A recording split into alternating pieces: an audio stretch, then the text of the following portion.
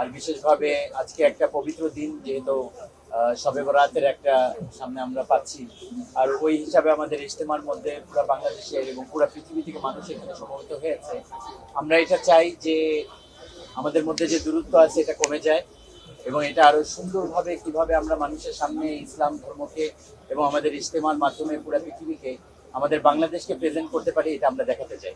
এখানে আসলে আমাদের কোনো কারোর মধ্যে কোনো ভেদাভেদ নাই, কোনো দূরত্ব নাই। এটা আমরা খুব সুন্দরভাবে এই ইজতেমা আপনাদের সহযোগিতার মাধ্যমে এবং প্রশাসনের সহযোগিতার মাধ্যমে আমরা দেখতেছি এটা পরিচালিত হচ্ছে এবং আমরা এটা মনে করি যে এটা এরকম সুন্দরভাবে পরিচালিত হবে এবং শেষ হবে দোয়া পর্যন্ত। এবং আমাদের বিদেশের মেহমানরাও আলহামদুলিল্লাহ অনেক চলে আসছেন এবং তারা আসতেছেন এখন, যেহেতু আমাদের ডেটটা একটু চেঞ্জ হয়েছে। এটার জন্য আমরা ওনাদের টিকিট আবার নতুন করে করার কারণে, ভিসা আবার নতুন করে করার কারণে এখন পর্যন্ত সবাই এসে পৌঁছাতে পারেননি। এই জন্য সবাই আসতেছেন, রাস্তায় আছে, অনেকে চলে আসছেন।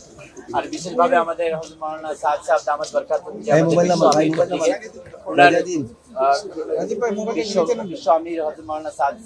বরকাতুহু ওনার ছেলে ওনারা চলে আসছেন, হযরত মাওলানা ইউসুফ সাহেব এবং হযরত মাওলানা ইলিয়াস সাহেব চলে আসছেন। ওনারা দুইজনই চলে আসছেন।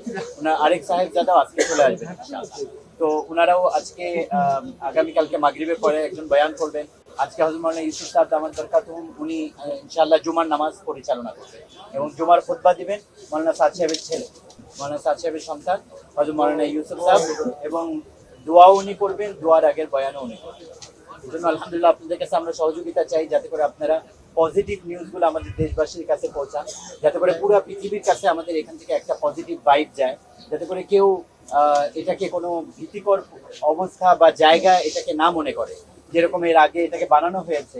আমরা এটা চাই না যে আমাদের বাংলাদেশকে কেউ কোনো এরকম জায়গা মনে করে যেখানে আমরা গেলে আমাদের জানের উপর আক্রমণ হতে পারে বা আমাদের মালের উপর আক্রমণ হতে পারে।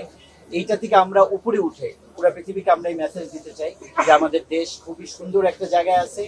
যে সরকার পরিবর্তনের কারণে যে বৈষম্য বিরোধী সরকার এখন আসছেন, ওনারা পুরো দেশকে সুন্দর একটা স্থিতিশীল অবস্থায় নিয়ে এসে ইজতেমা করে পরিচালনা করার ব্যাপারে আমাদেরকে পরিপূর্ণভাবে সহযোগিতা করেছেন এবং এখনো করতেছেন।